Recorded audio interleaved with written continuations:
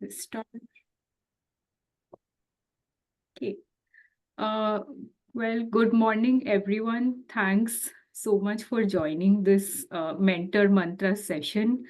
Today, we are very fortunate that we're joined by Arnab, who is our Stempier CEO. And Arnab, so very brief introduction about Arnab. He completed his PhD from the Indian Institute of Science, after which he was a postdoc at the Cleveland Clinic, and uh, he was following his postdoctoral stint. He was an industry bench scientist for several years.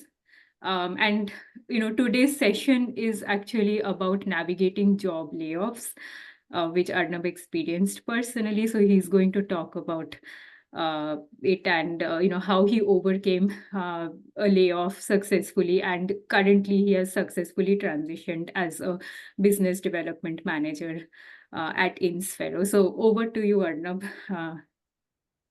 Yeah, thanks, Rohini. So today, I want to tell some stories. I want to tell you stuff that happened, what is layoff, why it happened, and how people can be aware of this such kind of thing. So we'll keep it interactive. I'll pause sometime in between, take questions from Rohini, and if you have questions, just raise your hand, and I'd love to chat. So here I am in 2025. This is my one, two, three, probably fourth job in last 5 years. This is not intentional.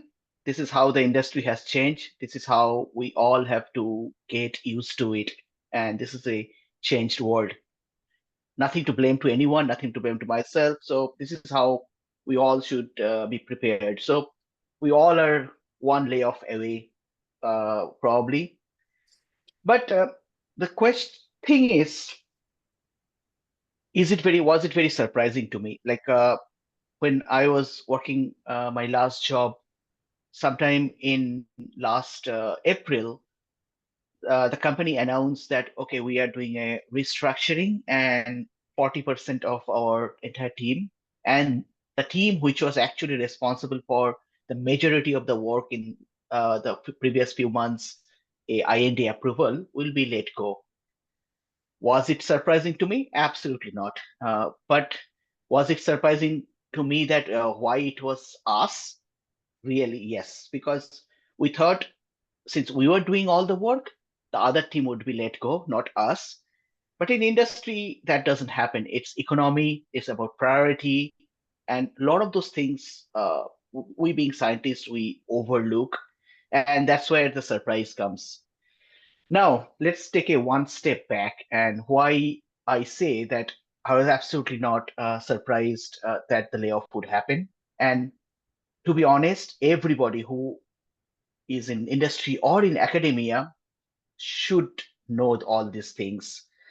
It's about situation awareness. Like when even you are working as a person in any lab or in industry, everybody should be aware of the finances of the company, finances of the lab, how much cash runway you have, what is the company or the PI or is doing to fundraise. And this is what is happening as even in a lab or in a biotech standpoint, but even in a big pharma standpoint, the snippets, like the breadcrumbs, will be already there if something is going to happen 6 months down the line. Like we'll know that the program is might get reprioritized or not. You will see those signs if there is a specific hiring freeze in your team, but not in the other larger team.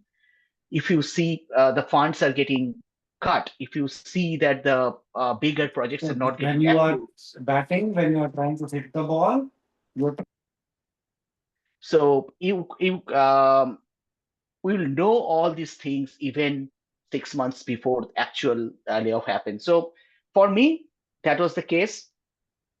I was following the finances of my biotech startup, and I knew that they need to do a major fundraising, and otherwise the company will be in trouble.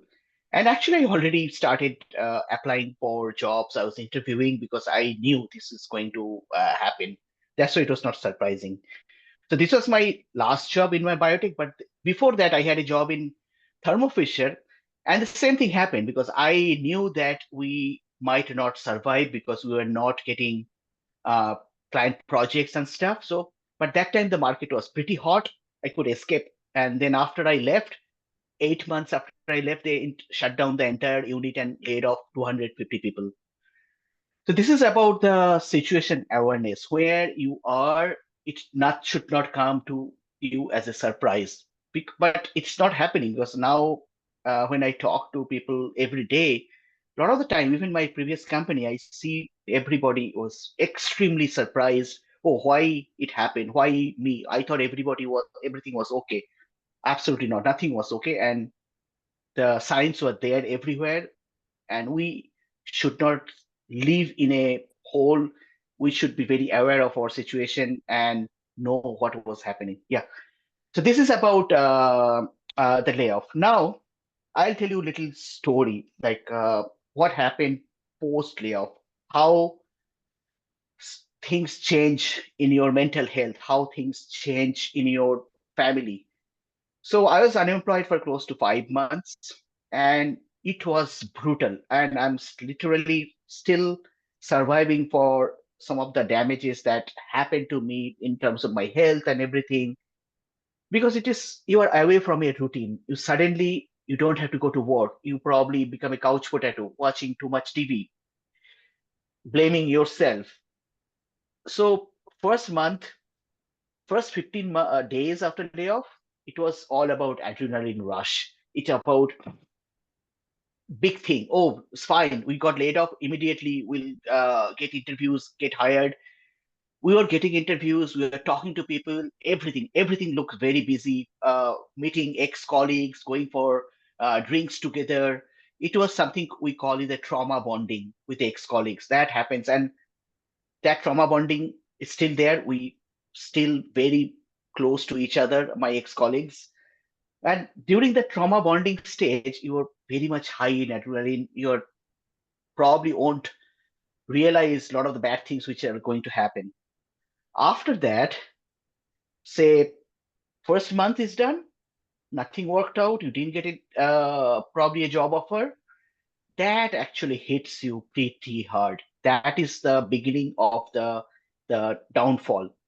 So what happened then? Suddenly one day I realized that my calendar is empty. I do not have any interview scheduled. I do not have anything, and that hit me pretty hard, and that gets you the rapid downfall. So 1 month, 2 month, like longer it gets, it's very tough, and that's why you all have to be back in routine as soon as possible, doing something, and often with the help of family, help of parent, help of network, you have to get back into track, at least in a routine, even if it is not a job. So with my network, with my great friends helps, and I could actually get back into a routine with some consultancy work. A friend of me whom I worked with in Cleveland Clinic, one of his friend was actually running a company, and they needed somebody to do a little bit of a consultancy work and even going to a conference on their behalf. 1.5 month, it got me back into the routine, got me back into some doing different kind of work, got me back. It drastically helped my mental health. Regarding the mental health, and it's a taboo in our society, our everywhere, that we often do not talk about it. I talk about it very openly. So first thing I did after the layoff, I knew was going down. I set an appointment with my therapist, got a prescription for Prozac, and it helps. And I was on Prozac for quite some time. It calms your nerve, it calms you down there, but there's nothing wrong taking help, even in medical help, and talking to friends. So this is what happened after 2 months. I was just started doing the consultancy work, but still nothing was happening. In the meantime, I got one job offer. Suddenly everything looked great. Oh, I'm joining. But thing is, you start talking too early, right? And after getting the job offer, finally I was not getting the appointment later, and then they said, "Oh, sorry, we are not hiring anymore." That is another big strike. So that actually put me down quite a bit. What helped is family, and we had a couple of vacations planned. We went out, explored nature. I was terrible for first few days, but then that actually helped me getting back into track. So the networking continued, talking to people continued, and in the meantime, I started doing odd jobs again. So I started driving for Uber, and I was actually in evening. I was driving Uber, earning some money, and also it helped me to get back to in routine, getting to know people. And I'll tell you an amazing story. What happened during one of those rides? So I picked up a passenger from Philadelphia Navy Yard, and I'm a very talkative person, as you know, and I realized he's one of the VPs of the QC department of that biotech company. Started talking, and then I just slipped in my card and got his card. Long story short, got back in touch with him. He shared his my resume to his team. They asked me to come down there, and when I came, the hiring manager, "Oh, you are the Uber guy." I mean, yes, I'm the Uber guy. Amazing interview, everything, and ended up getting a job offer and even more salary than what I was getting. So in same time, another network, that my present job, some that connection happened. I saw in LinkedIn that a job position opened up, and it's a little different. It's a business development job and something I wanted to do. I figured out our network, Raghu, who works there. I called him. Can you get in touch to me with the hiring manager? He totally discouraged me. He said, are you sure you want to do this job? Are you ready for this? I don't think you want to do that job." And that time I was very low in my confidence. I couldn't answer him. So later I realized he was taking a test on me. And then somehow I got in touch with the CEO of the company. I said, he was visiting Boston next day, day after next day. So can I come and meet you? He said, okay, fine, come. I drove 700 miles that day to and from Boston just to meet him for 1 hour for lunch. So this is things what I try to say. I did not stop hustling, be it driving Uber, be it driving just 700 miles a day to meet. Even during layoff, I had to keep my head high. It was a very low point of life, but this is how I struggled. Now, these two job offers came at the same time, and I like the job what I'm doing now. So I used the other job which came through the Uber, said, see, I already got the offer. Can you expedite and get me something? Worked out. So ultimately my hustle paid off, like driving Uber. I got a job offer and used that to get the other one. Anyway, so 4.5 months ended. Financially, I'm fine this 4.5 months. About the same time my severance package was getting over, I got the job offer. And probably I made some more money doing a lot of consultancy work. I did a consultancy work on with OpenAI, the ChatGPT company. They were recruiting PhDs to do test some of their model. Good $1,200 in just for a few weeks of work. Did odd jobs like a company. They just wanted in New Jersey to set up few things in their office, and I was free. Yeah, pay me hourly. I'll go and do that. So there's no shame doing anything. Like all these things is not about only money, it's about staying engaged in this very low time. There is nothing which is lower than your degree. This country, this is a country of opportunities. So here you can do anything. I never felt that, oh, I am a scientist, I did my PhD, I have 20 years of lag experience, why am the hell I'm driving Uber? It never came to my mind. It said, oh my goodness, this country, I can do this. I can have this opportunity to work and earn some extra money, which will pay for my bills.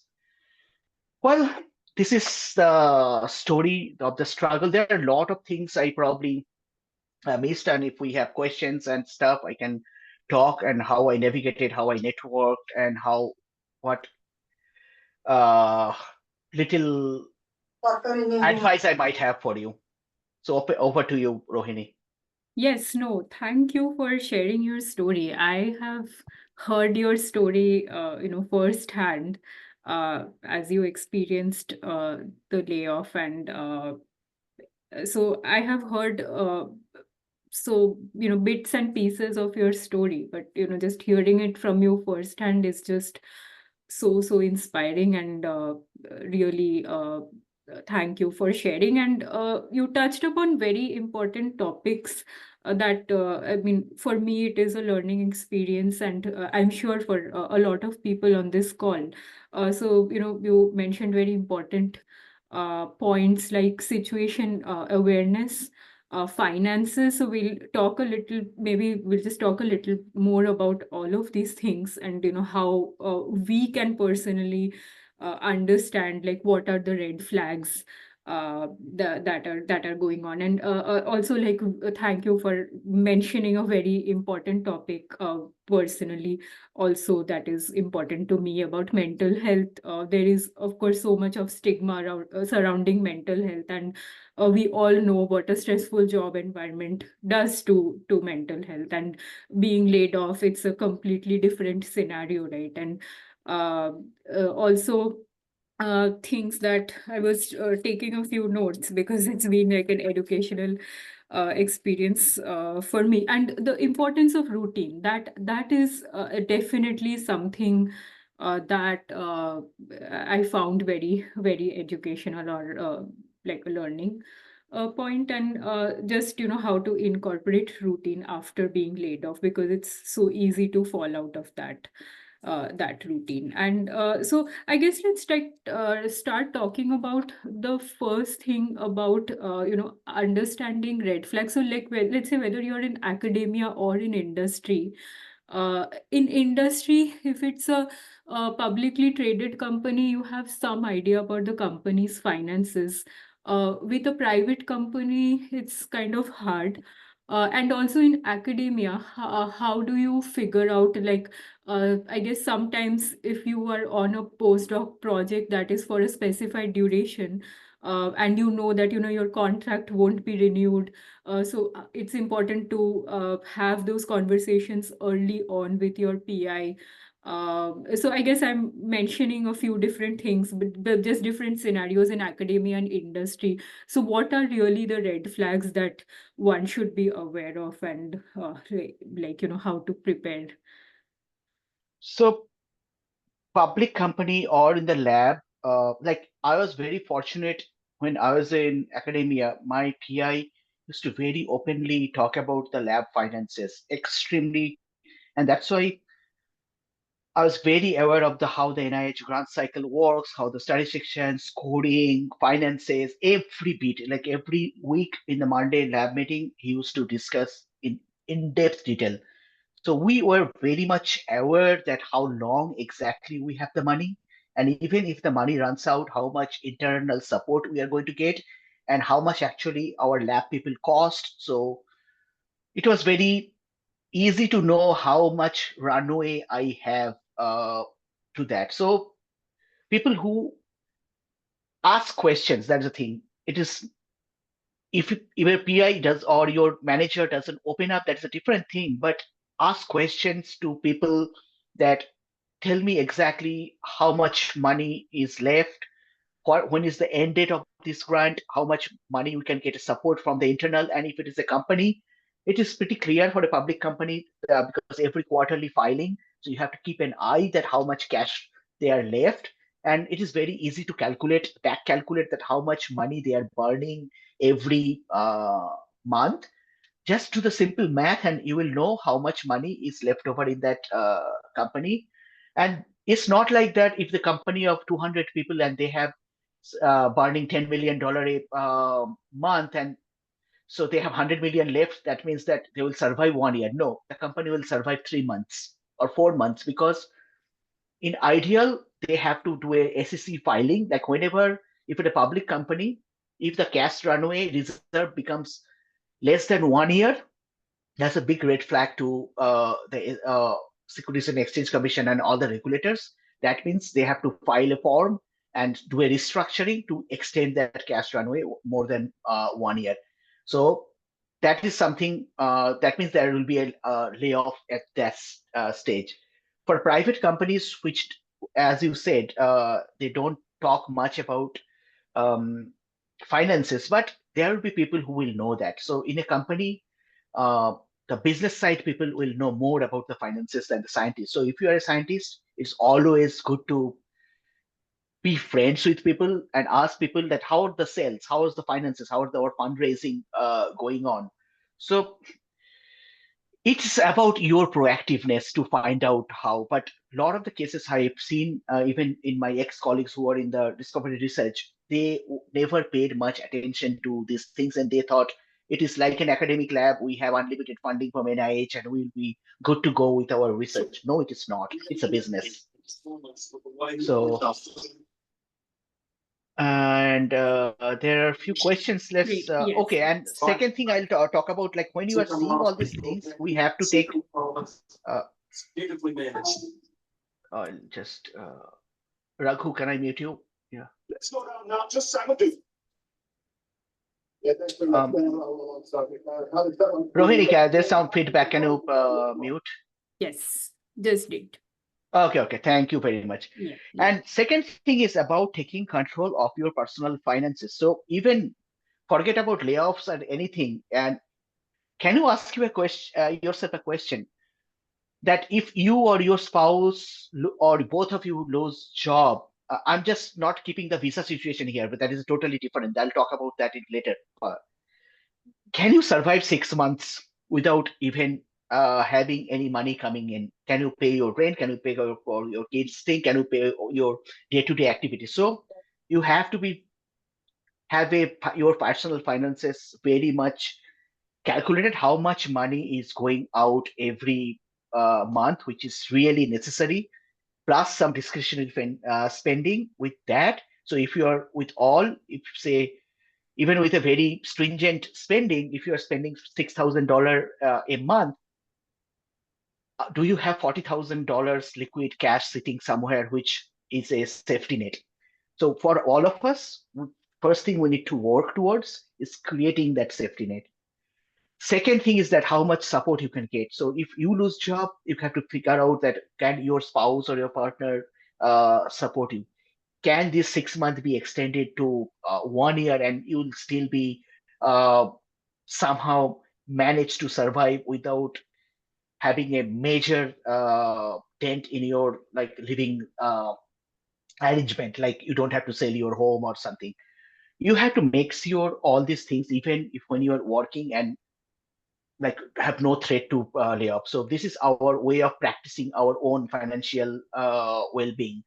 So once you do that, then you talk about the next step. Okay, even if you don't have 12 months job, can you take up a job which is pays maybe less?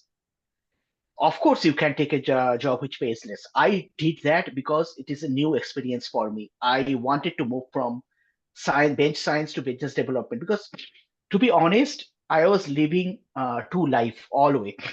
First, I was a bench scientist doing really well in my way. Second way, with STEM peers and everything, I was a very outgoing personality. I was in a sort of business side, taking care of all the contracts of STEM peers, everything. It for me, it was a very natural. I was sitting when during my layoff, I was sitting in a fork. I could take a left and continue what I was doing. I could take a chance and go right and totally explore this new area, what I am doing now. Doing this, I took this job which pays me less than what I was getting paid in my last job, but the opportunities are endless. If I do well, I can be anything in next 3 years. So that is something we always have to keep in mind. Okay, Rohit, you can Yes. take few questions maybe And from the I think, yes, we should definitely take yeah. questions. And that's an important point. And I think the current role really suits your personality. So yeah, and thanks for talking about the importance of finances. That was going to be one of my questions. So just having like cash reserves saved up for any sort of unprecedented situations was Arnab's advice.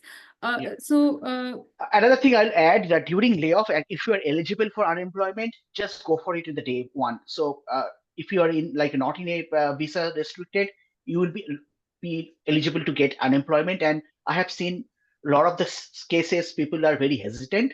It is you are not getting a government handout. It is called unemployment insurance. So mhm. we all paid for premium of that insurance when we were working. So we are just getting an insurance payout. No shame. It's our money. Right. Yeah. No, definitely. Like just being aware of finances in general is just so important. Finances of the company, personal finances. As scientists, we just tend to be very isolated from these things that we tend to focus on the science. So I think there was a question from Shashwati, which you pretty much covered. We can come back to that question, which was about your role in business development and how to navigate from lab-based role to other roles. But let's focus on a layoff related question first from Sanjay, which is about advice for somebody who is on a visa during layoff, which, even I'm on a visa. There's a lot of us, I'm sure, here on visas. So, they can't ride Uber. So, what options exist for them? Yeah. Yeah. So this is something basically what I told at it is your you are on steroid. So if I took say 4 months to do things, if you are in a visa restriction, you have to do those things in 1 month to get a job, get a backup. So first of all, have a plan B and C ready. Like when I was in visa, I have been on visa for most of my stay in this country, and I told myself, visa is not a right; it's a privilege. Let's be honest. It's a privilege to have a visa and work in this country. So it never got into my mind that why, if I lose my job, why it happened. So if I'm in a visa, I had a couple of plan B always ready. First thing, getting into as a dependent on my spouse, that will give me some survival time. Third, I was even ready to go back to my home country because I always told myself on a visa, I am here on a temporary stay.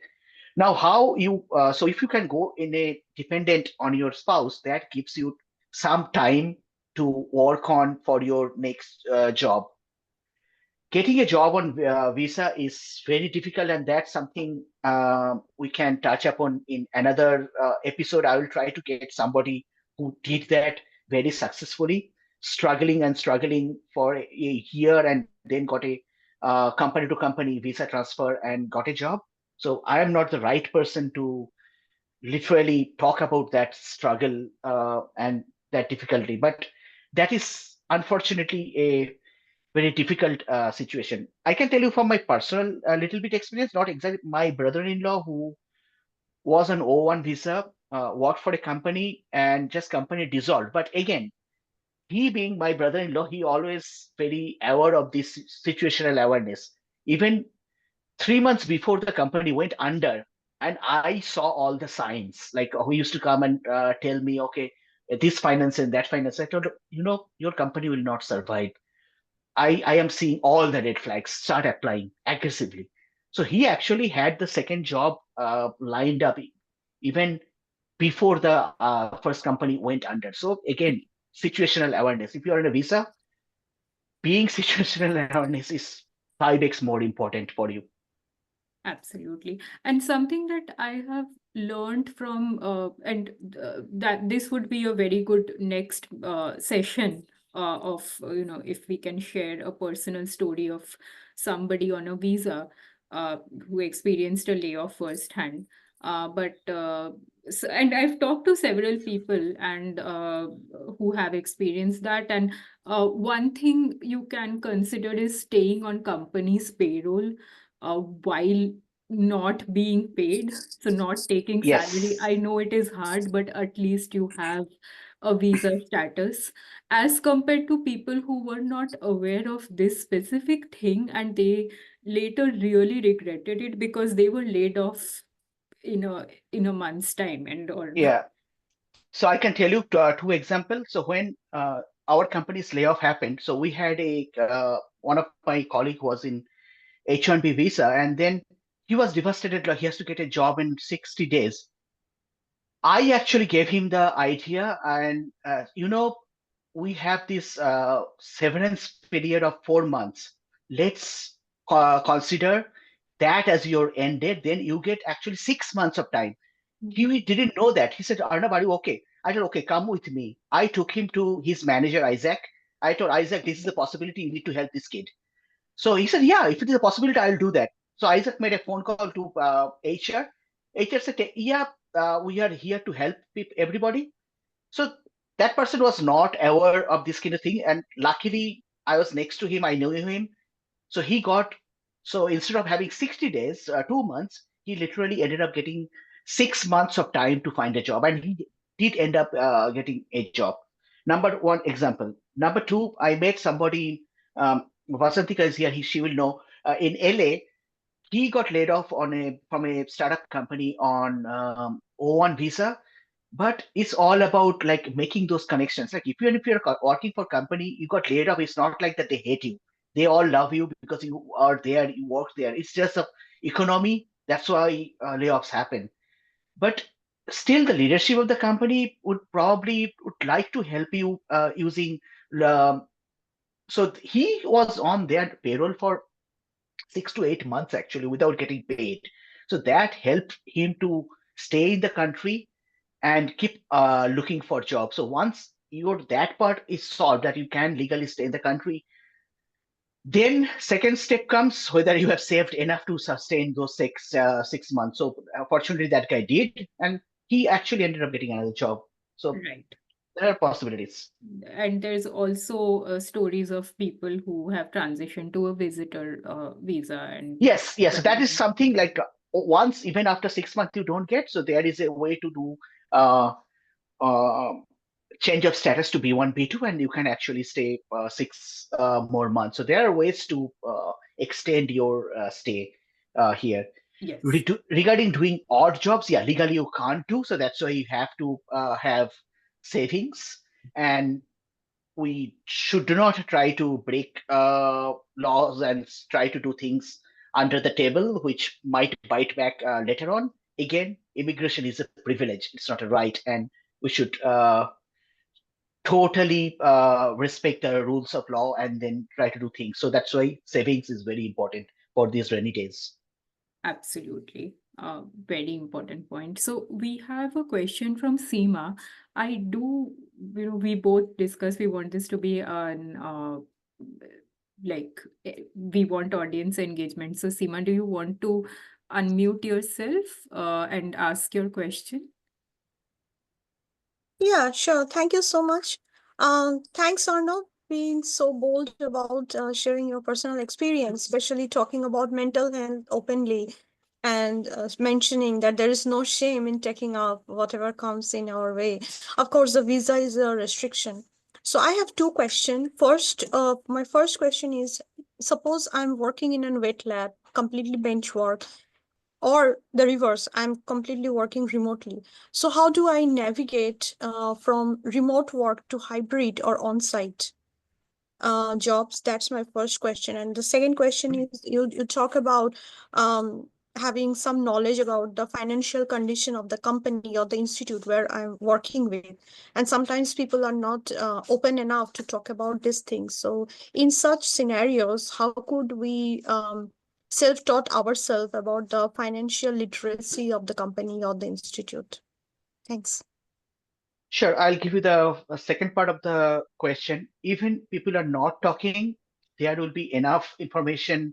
Like you go to NIH reporter and you will know that this particular lab, when is the end date of that grant, and you'll totally know that what all grant the PI might be submitting. Often they give snippets, so it's about keeping what I said, your radar always open. Like don't live in a put your head down and work. So you will get some snippets you have to analyze in your head to get to know. Of course, some people are very much don't talk about finances and can openly ask questions. This is an open country. there's no harm asking a question directly to your manager and asking, so what is the financial situation of the company, and what do you think the next year would look like? Even if there is no information comes out, I would like still think you get some information about how the finances of the company. And then the second part comes, if you are totally dark, you have to be ready that can you just get a job on your own? Are you preparing yourself for your next job? If you are uncertain, should always be looking for opportunities. In this today's world, we are in a very uncomfortable situation. Those days are gone when one job is there for 4 years, 5 years, 6 years, 8 years. There is no forever jobs anymore. We are always in the lookout. So even if I can tell you totally honestly, like even now, the job I am doing, working great, very stable. I'm learning, getting ready for next stage. But 5% of my brain is always scanning the market. Okay, what could be next for me? So now thing is like that. I totally moved from wet lab to a business development role. That means I changed my field. So my area changed where I do not have much expertise. I cannot probably go back to my older area, or may not be.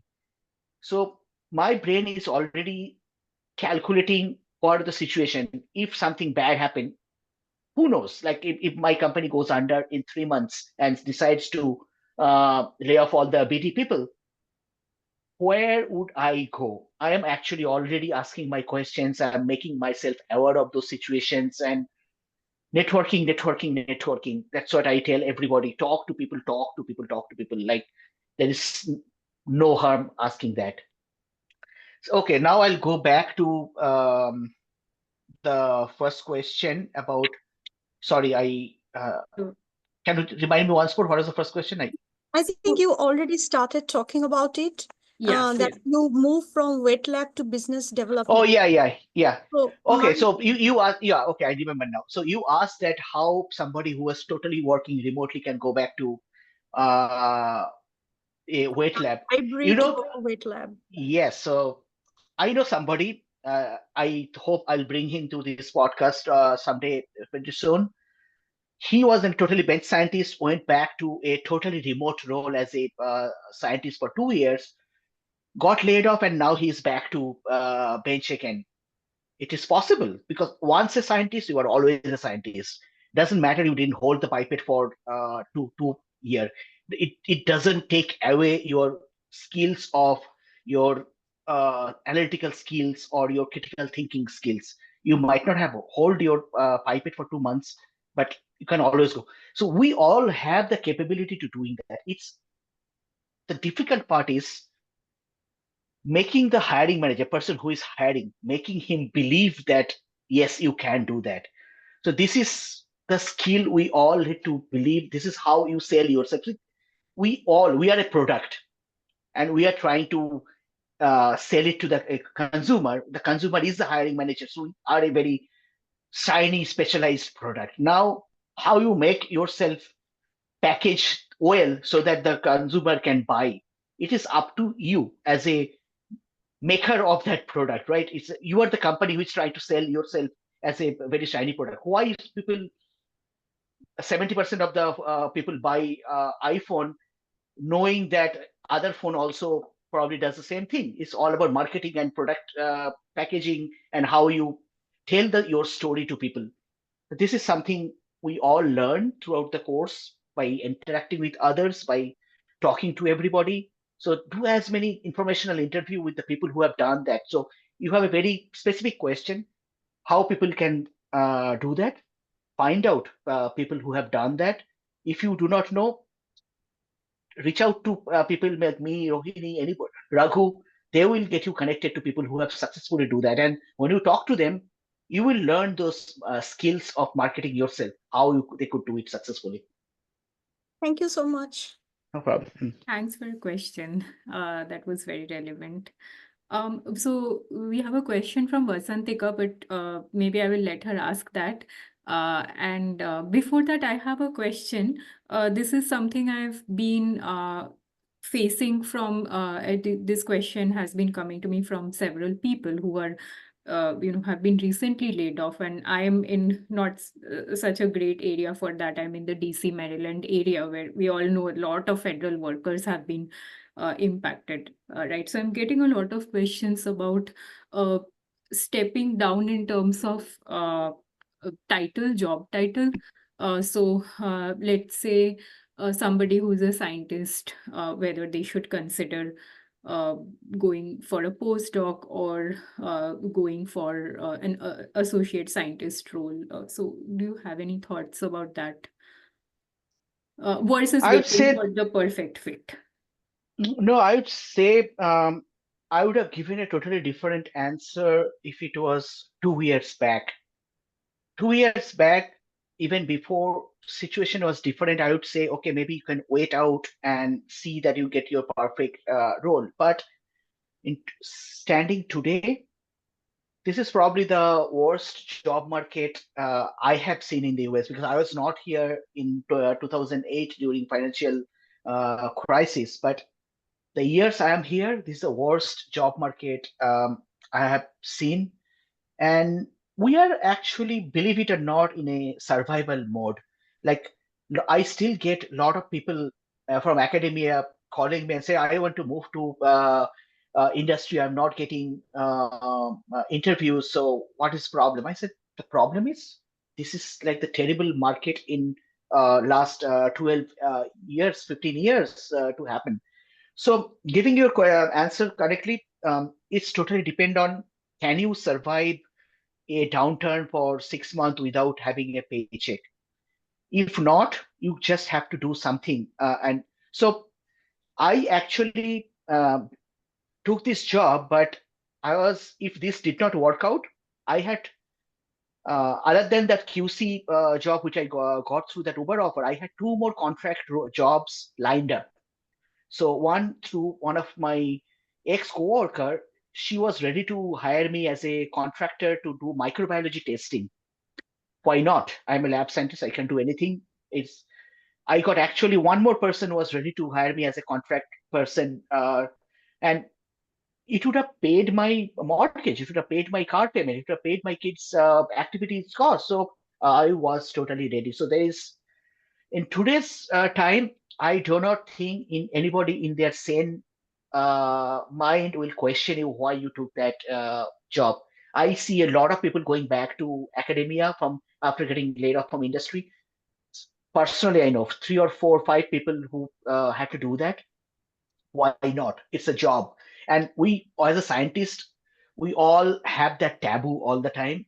I myself had that, oh, I am a senior scientist, I should look for principal scientist position, I should look for associate director position. layoff के Why ऊपर should 12 बजे से why would I go down my a level? You can totally explain.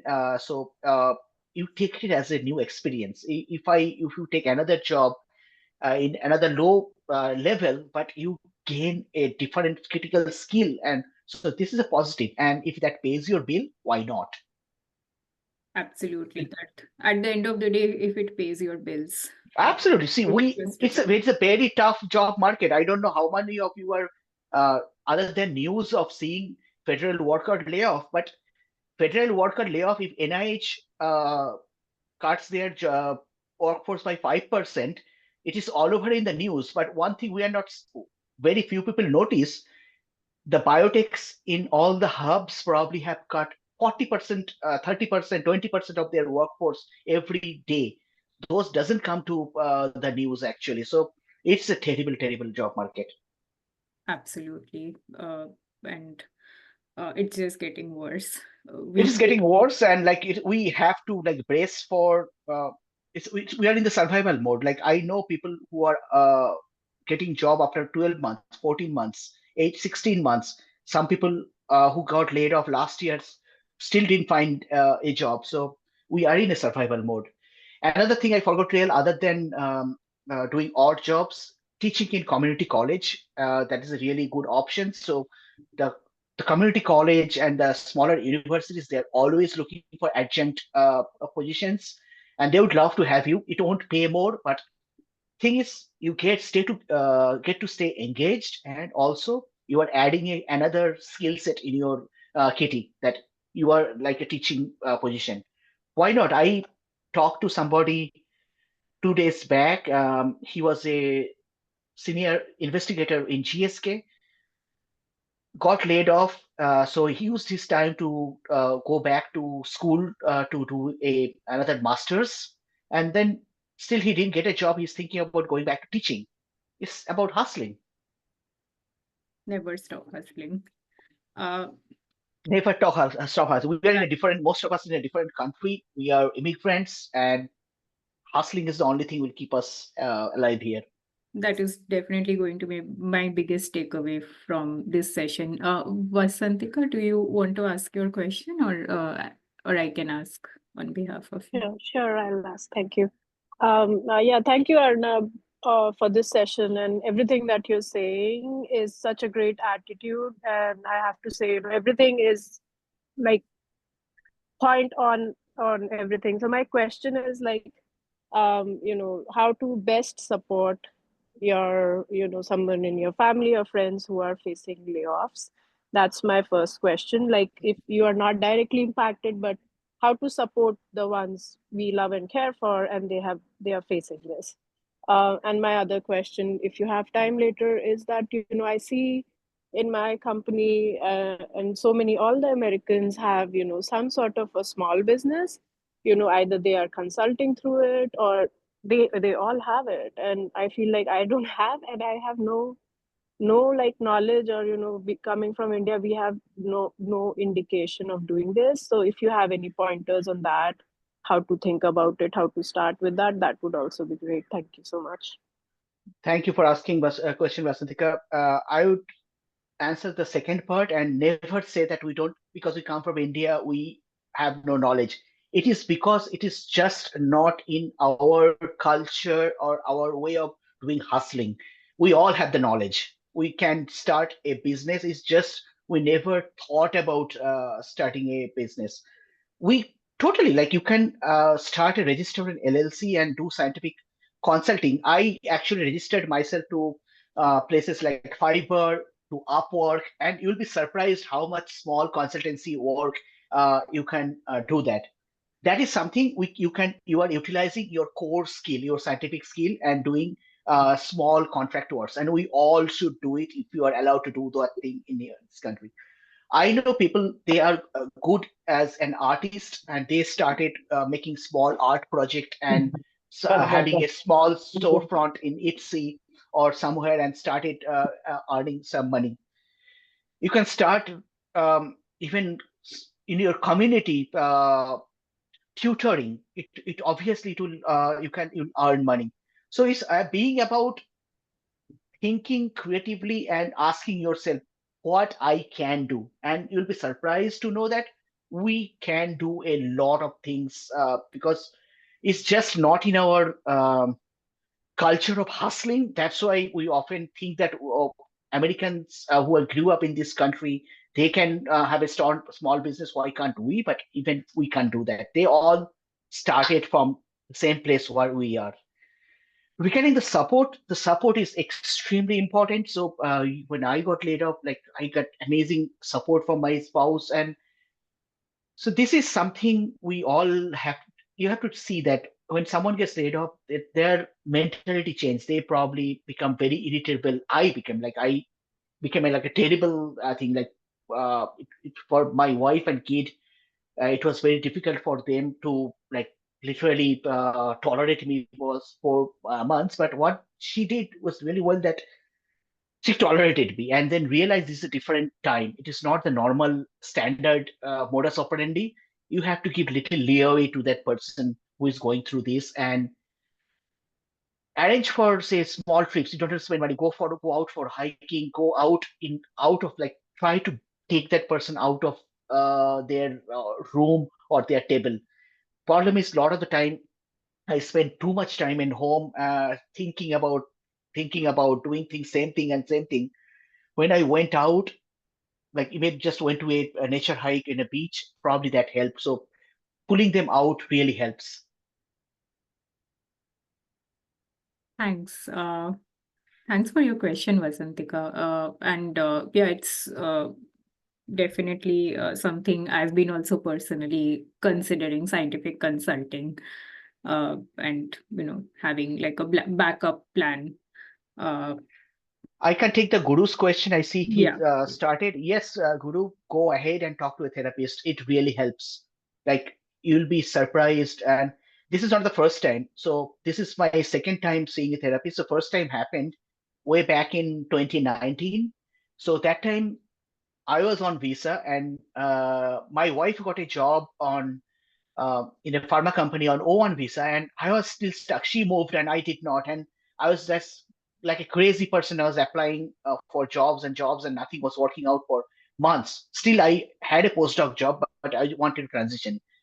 And staying alone, 400 mile away, it wrecked my mental health. So that was the first time I actually took that initiative. And being in Cleveland Clinic, they had a employee support program.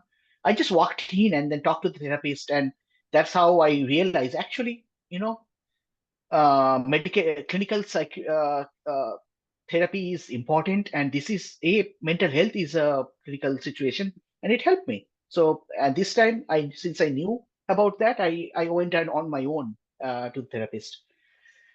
Yeah, and that's another story, that because I was out of insurance and went to Cobra for some time, and then now I still receive those bills. I have to fight with the insurance company to tell them that I was in Cobra, just the insurance number changed, so I should not pay for that. Anyway, that's the beauty of American healthcare system. right. And the second question Guru had is that consultancy job through network, like literally LinkedIn, and I take pride of myself that I have a huge network. So first consultancy job I got, I'll tell you another story. Um, Way back in 2020 or 2019, when I was interviewing for a company in New Jersey called Rocket Pharma, and I went to their on-site interview and stuff, and it worked great. And every time, but I didn't get the job. But every time, even I don't get a job, I write back to the hiring manager, thanking them and everything. And again, what I did when I actually got another job, I again wrote back to him, "Hey, we had great conversation, but I let you know that I joined the another company, got a job." He replied and everything. 5 years down the line, and when I got laid off, I was just going through, "Well, let me just reach back to some of these people and see." I wrote to him, and he was now in another company as a CTO. He wrote back, and he said, "Arnab, jump in a call. I want to talk to you." We had great conversation. He said, like, "I still remember your interview and stuff." And then I don't know if it was true or not. He said, like, "I didn't offer you the job that time because I was about to leave, and the Rocket was not in a good situation, and I did not wanted you to join there. And do you want to come over to New Jersey to my office and we can talk? I cannot offer you a full-time position because we do not have money, but we can do some temporary part-time if you're okay." Yeah, why not? I'm on for it. So it's about networking, knowing, talking. Like there's no way of like or straightforward way of doing things. Like there's a process. It's just organically happened. The other consultancy gigs I have, one actually Abhi forwarded me about the OpenAI project, and I said, "Hey, do you want to check it out?" I saw the LinkedIn message, reached out, and it worked out. And third one is which I did through from another company. Actually, it's paid quite a bit well for a couple of months. So that also through a friend. So it's all I I'm paying back today because I'm grateful to my network, and the network kept me running, and I hope I can keep it back by helping few other people's like this way. Thank you, Arnab, and thank you, Guru, for sharing your story. Thank you so much. And final part of the question is that LLC income Yes. for I have seen that people doing that. I do not have a personal experience, but legally it is doable. I can dig out somebody, but I don't remember if anybody did it recently. But I have seen these kind of stories on LinkedIn that people started their LLC and sponsored their own company. Yes. So I have I have seen people these stories. from tech, fintech, and all this, and they are getting Yeah, O1A, and they are on O1A. They are working on multiple jobs, yeah. and they are and yeah. No, that is I know, but those are like little gray areas of immigration. So if you don't find somebody, I can dig and see if through my network, if anybody has done it, I can ask my tech friends. So if they know anybody, Thank you so much. we can take on later. Like message me later. I'll see. Fine. Also, if it helps, recently I spoke to someone, just a networking conversation, who was who received a job offer. This was during COVID, when like the layoffs were not, such a big thing. It was actually a good time for hiring, but unfortunately, the job offer was pulled, and he was out of a job for close to 2 years. Now he is employed, and so it was not easy, but he did pro bono consulting, so I can find out a little bit and let you know, maybe put you in Sure. touch. Yeah. One question Poonam asked, which I missed, is that the job search strategy. So for me, it was totally on LinkedIn and asked through network. So if you see some job posting, I did not wait for a referral. Those big pharma company referrals are useless these days. It's just if you get a referral, it's good. But what is works is that finding out who is the hiring manager. If you know somebody who can forward your resume to the hiring manager or not, so that probably works better. And another thing I can say that what I heard from the recruiters, that once there is a job posting opening, they are getting bombarded with resume, and they're just closing their inboxes after 3 days, and because they want to see screen through the first 3 days worth of 100 resume. So put a filter on your LinkedIn that and see that what jobs being posted like in last 24 hours, and first apply and then look for referrals or look for contacts. Don't wait there. Second thing is that a lot of the startup companies are actually in stealth mode, or even not in stealth mode. They hire something called talent hires. They don't advertise directly on LinkedIn or something. So those talent hire happens that they generally hire through their network. So this is something is searching that which are companies are there in your area. So which all companies are actually might have raised their fund. So easy way to do that, scanning through that biospace or Fierce Pharma to know that which companies actually raised money. If some company has raised a $60 million Series A, you will immediately know, okay, these guys will be hiring. So same thing happened in Philly. I know one company raised quite a bit of money, and there was no absolute advertisement.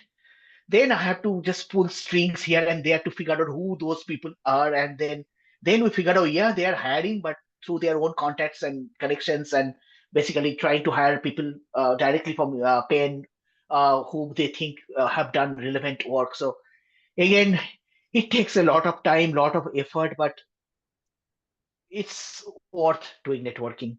All my jobs I got is through networking. So this is what you do. Absolutely. Thanks, Arnab. Thank you so much. You have been immense support for all of us, like laid off employees like me. So thank you so much for your advice. No, absolutely. This is just, like 1 year down the line, I'll be in the other side and I need help from you. So this is how the cycle will go on and go on. It's about paying it forward. Absolutely. Okay. And, Rohini, I think we are almost tag end, and message me. And if there is one other question, if somebody want to ask, then I can probably take one or two, and then otherwise yes. I'm always there- ready to take on questions later on. Yes, please reach out to Arnab if you have any further questions. Since we are out of time, I want to be respectful of your time. Yes, Arnab, can I ask you one question? Last one. Sure. I mean, if you have time. Sure. of course. Yeah, So, go ahead. I was just listening to you after India's match, which is a good news. India won. Oh, And but I can see there is a lot of stress from your talk, that in the market, like people are not getting jobs, people are getting laid off. So I have a specific question, maybe for the green card holders, or at least who doesn't need visa. So there are different kinds of jobs in the university. Let's say somebody is a scientist, but then also found a position which pays less as a grant administrator or something in the administrative department. Now it seems that they would pay less, but in the long run, that job might be more peaceful for the overall life. So philosophically, would you consider telling someone to go for that job, or you still say that no, be a scientist and keep hustling in the scientific job market? No, it is first thing. Even a grant administrator is a scientific job market. Once a scientist, always a scientist. Doesn't matter he's holding a pipette or holding a laptop or holding a just typing something on a keyboard. So that is a very wrong thing that only people who are working in bench are scientists. I am a BD, business development. I am first a scientist, then a different thing, because I am actually trying to commercialize or sell science. So you are always associated with science. Second thing, what I would say is that it's about what you want to do. It's at the question you have to ask yourself that if a grant administrator is a position you want to do or not, because you have to see what is next.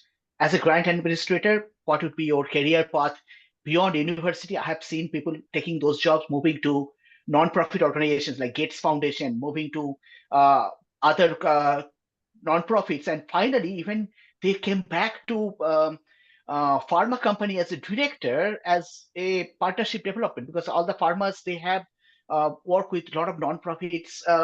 They work with ASER, they work with other foundations to uh, uh, go on with the fund non-profit work. So you have to see, identify on LinkedIn or somewhere. Let's see who somebody who had been a grant administrator, what career path they had for next 5 year, 10 year. Do you like it? Go for it. And there is nothing called a less salary job. Salary is not the only thing. You have to play a long game. It's not about your salary for next 3 years. If you taking on a job in that area can give you a longer dividend in 5 years, 10 years down the line, and if you like it, you should do it. I tell you, like my present job pays a lesser base salary than my last job, but I see a bigger potential for me in a long run than what I was doing. So it is all about asking yourself, and also about de-risking. Like another reason I wanted to do different, because my wife is also a bench scientist, and after my layoff, within 1 week, we went to Ohio to watch the total solar eclipse. Coming back, and she gets an email that there's a global town hall, and suddenly I was waiting for her in her office parking lot, knowing that okay, she will come out being laid off, and we'll all have to. I have to take her back home. Didn't happen. Some other team got axed, not her team. And but sitting there that day, I decided we both should not be in R&D. We have to have a financial cushion. Like R&D is the most targeted area in pharma, because for whatever reason, that's the area gets axed first, because they are the cost center, because they don't bring in revenue. They're the cost center because uh, they have to get invested. So they're not the commercial side, so they get axed first. So I told myself, okay, this I had to move out, and probably I love doing a customer facing role. I want to try that. I hope I answered the question. Yeah. Thank you for your thoughts. Thank you so much. No problem. Okay, thank you all. I think if there is no other question, and as Radhika said, there is nothing called a permanent job in this market. So everybody should have that in their mind, in brain. There's nothing called permanent. Thank you all. And then I am always available. Reach out to me on LinkedIn if you have any questions and stuff. I'm happy to pay it forward for any way I can. Thanks, Rohini, for doing this. Of course, thank you for doing this. Thanks everyone for joining and being such an engaged audience on a Sunday morning / afternoon. So yeah, really appreciate you all for joining, asking great questions, sharing your stories. Thank you, Arnab, also for sharing your story. This was Absolutely. Anytime. so helpful. And like Arnab said, never stop hustling. Absolutely. Bye-bye. Thank you. Thank you.